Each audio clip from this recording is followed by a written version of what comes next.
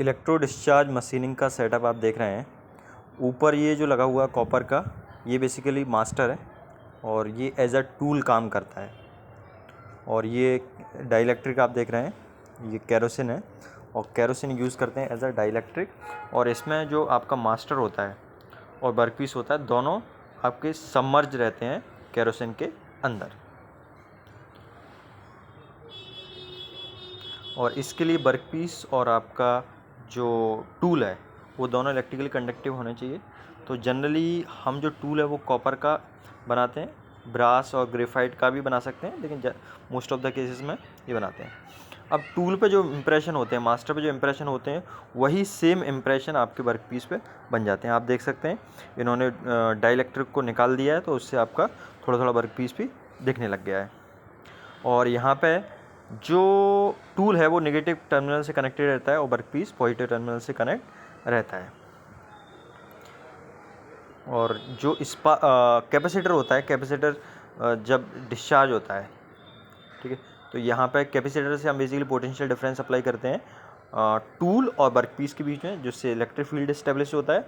और electric field के establish होने से आपके जो इलेक्ट्रॉन्स हैं वो टूल से निकल के वर्कपीस की तरफ जाते हैं। तो जब टूल से निकल के वर्कपीस की तरफ जाते हैं तो सबसे पहले जो डाइलेक्ट्रिक है उसको आयोनाइज करते हैं, वो आयन की फॉर्म में चेंज हो जाता है। और फिर बहुत सारे इलेक्ट्रॉन एकदम से स्ट्राइक करते हैं वर्कपीस के ऊपर, तो हाई टेम्परेचर, करीब 10,000 डिग्री सेल्सियस टेम्परेचर जनरेट होता है।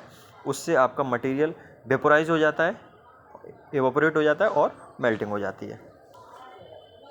और आपने अभी देख लिया पूरा वर्कपीस भी, और यहाँ पे दोबारा से स्टार्ट कर दिया। आप देखें कंटिन्यूसली जो डाइलेक्ट्रिक उसको सप्लाई करते रहते हैं और कंटिन्यूसली डाइलेक्ट्रिक को रिमूव भी करते हैं, क्योंकि डाइलेक्ट्रिक में क्या हो रहा है, आपका जो मटेरियल है वो वेपोराइज होकर उसमें जा रहा है, मेल्ट होकर उसमें जा रहा है, तो उस मटेरियल को कंटिन्यूसली रिमूव करना पड़ता है।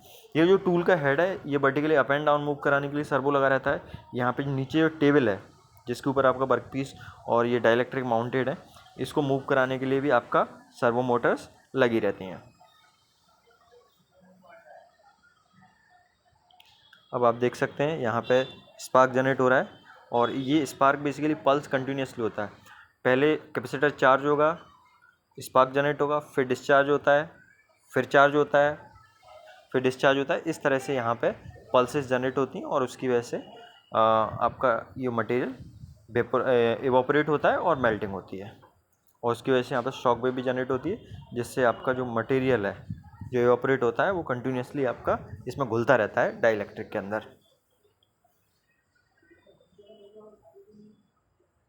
इसका एक और वीडियो मैंने बनाया हुआ है जिसमें आपका जो पैनल है उसके बारे में भी डिटेल्स बताएं हैं। इसमें पैनल में जो कोइल होता है और भी जो फंक्शंस होते हैं वो किस तरह से सेट यहाँ पे किए जाते हैं, करंट कैसे कम ज़्यादा कर सकते हैं, तो वो सब डिटेल भी आपको दूसरे वीडियो मिल जाएंगे, उसका लिंक मैं दे दूँगा यहाँ पे। अब स्टार्ट हो गया, आप देख सकते हैं वर्कपीस। और ये इस तरह का जो बुरादा है, चिप्स है, जनरेट होते हैं यहाँ पे। और ये फ़िल्टर होने के बाद यहाँ से निकला है। डाइलेक्ट्रिक को कंटिन्यूसली आपको फ़िल्टर करना पड़ता है, जिससे उसमें डेब्रिस और ये पार्टिकल्स होते हैं उनको रिफ़ाइन किया जा सके। ये आप पैनल देख रहे हैं और इसमें XYZ का मूवमेंट भी आप देख सकते हैं। इसके यदि हम करेक्टरिस्टिक की बात करें तो आपका टूल और वर्कपीस दोनों इलेक्ट्रिकली कंडक्टिव होना चाहिए, और हाई थर्मल कंडक्टिविटी भी होना चाहिए मटेरियल की, टूल के की।